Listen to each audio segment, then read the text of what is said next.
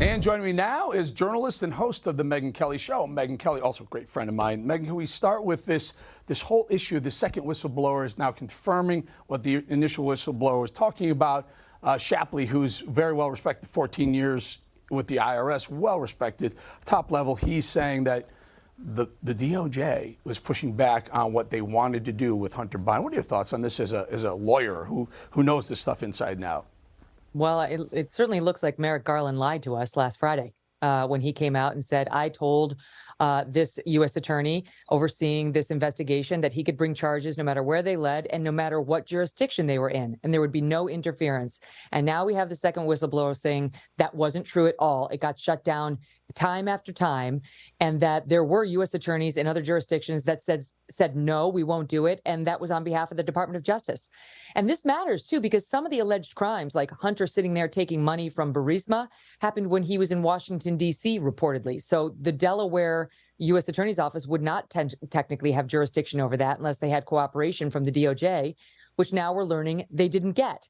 So somebody's lying. Somebody's lying. Either the man in charge, the U.S. attorney, lied to the staff, the whistleblower, and 5 others when he said, I'm getting blowback and they won't let me bring charges anyplace else. Or Merrick Garland is lying when he said, I gave him carte blanche to charge anywhere.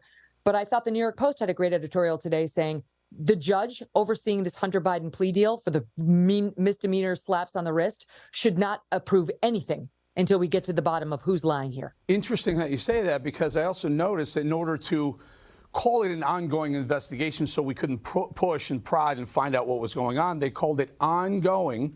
Does that mean, Megyn, that there's still an opportunity to charge Hunter with more crimes? I mean, technically, sure. But I mean, I think what this really does for him is allows him to show up at any House hearings and say, I'm pleading the fifth because there's an ongoing investigation. I don't have to answer any of these questions. So they're playing this just beautifully on the left. I have to say, the Democrats, the lawmakers, they're doing a beautiful job of protecting Junior, right? They opened up this investigation. They said they gave the guy full power. They didn't actually give him full power. They cut him off at every turn, according to 2 whistleblowers now. They handicapped him. They called Hunter's lawyers. They called Hunter's Secret Service agents. They gave heads ups before they came to interview witnesses. They worked in tandem with Hunter to try to thwart their own investigation. And then at the same time, they said, oh, investigation's still open, while they gave him the slap on the wrist for crimes you or I would be in jail for, so that he had cover to avoid answering any other substantive questions. So well done. So far, they're doing a great job. You know, it's really fascinating because we've been talking about this, you and I have been talking about this for a long time. So Hunter owes hundreds of thousands of dollars in taxes. In order to owe that much money in taxes, you must have been earning that much money. And forget how he earned it, because there's no feasible way he earned it. But how much money and what is he allegedly being paid for? Any thoughts? In all your interviews, does anyone have any idea about that part of it? No, I mean, we know that he gave these BS advisory services to Burisma out of Ukraine for $50 grand a month. That doesn't make $5 million. You know, that's one of the pieces of that controversial WhatsApp message where he's like, the old man's sitting right next to me and you better give me what I want. This is with the Chinese in 2017. He complained saying, I'm telling you, you'll feel my wrath and my dad's wrath and the wrath of all his friends if you don't respond immediately. And within 10 days, he got a $5 million check. So that's one where we actually see a threat and then a payment involving the Chinese. But there's the separate issue of Ukraine, which was when Biden was the sitting vice president. And there's the question of whether there was another $5 million check that somehow was allocated for the big guy, for Joe Biden, which is what that FBI whistleblower document, which preceded the whole Chinese thing, alleged. It gets very confusing and you need an accounting degree to follow it. But they need to investigate where that monies came from and where they went. As a lawyer, so Hunter pleads these felonies down, the misdemeanors. He signs the document allegedly or whatever. And then he shows up at the White House state dinner a couple of days later. Okay. But the problem here is that Merrick Garland is at that same state dinner, and they said ongoing. And they said ongoing. It's disgusting. I mean, is disgusting or beyond that? Is there any legal precedence to throw Merrick Garland out over this, or bring a special investigator in for this? No, this isn't going to do it. I mean, he technically should have shot this outside of the DOJ long ago, and he didn't do it. He's kind of suggesting that the guy he did empower has special counsel powers. But now it turns out there's a real question about that. But just appearing at the same event wouldn't be enough to conflict Merrick Garland or the DOJ out of this. But it's to me, what this is about is just a middle finger by the Biden administration to anybody who cares. This is the same group and the same man in Merrick Garland that has been lecturing us now for 2 weeks on how no one is above the law. No one is above the law. And yet, with all of this swirling around Hunter, a guy who's still technically under investigation, they can glad hand. He can appear at this event, and nobody's supposed to be concerned about it at all. No one's above the law. Go ahead and investigate Burisma. Go figure out whether that firing of the prosecutor by Joe Biden actually was motivated by money. Find out whether he actually was sitting next to Hunter Biden in that conversation with the Chinese, and what, if anything, was done, and whether there's been payback since he took office. That's what no one is above the law actually looks like. So, Megyn, the other story today broke that the remaining Tucker staffers, and I wanted to talk to you about this because you and I both came from Fox. We know Tucker very well. We still don't know why Tucker was fired, but the remaining Tucker staffers were fired today, but they have to stay on until July 15th in order to get their severance. It's all, I mean, what is going on at 1211 Avenue Americas? So first of all, that is so stupid.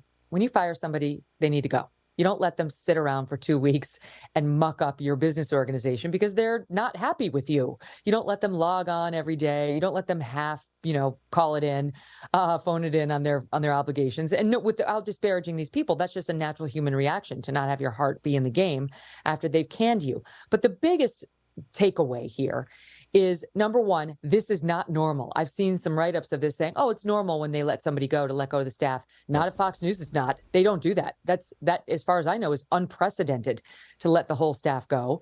Normally, they find you a landing spot. So what that tells me, Eric, is that's further evidence for the fact that this may have indeed been ideological. You know, the Murdochs, that Suzanne Scott, that those in charge over at 1211 did not like Tucker's opinions, his voice, and him pushing back on their heterodox thoughts when it comes to old school republicanism, right? They didn't like him thinking outside the box, although they wanted credit for liking him. But the truth is, he said too many things that went against the Fox News line. The old man likely got ticked off, because why else would they fire his entire remaining staff? And we know this, full disclosure here, one of Tucker's ex-producers works on this show. He's a great producer. We love having him on.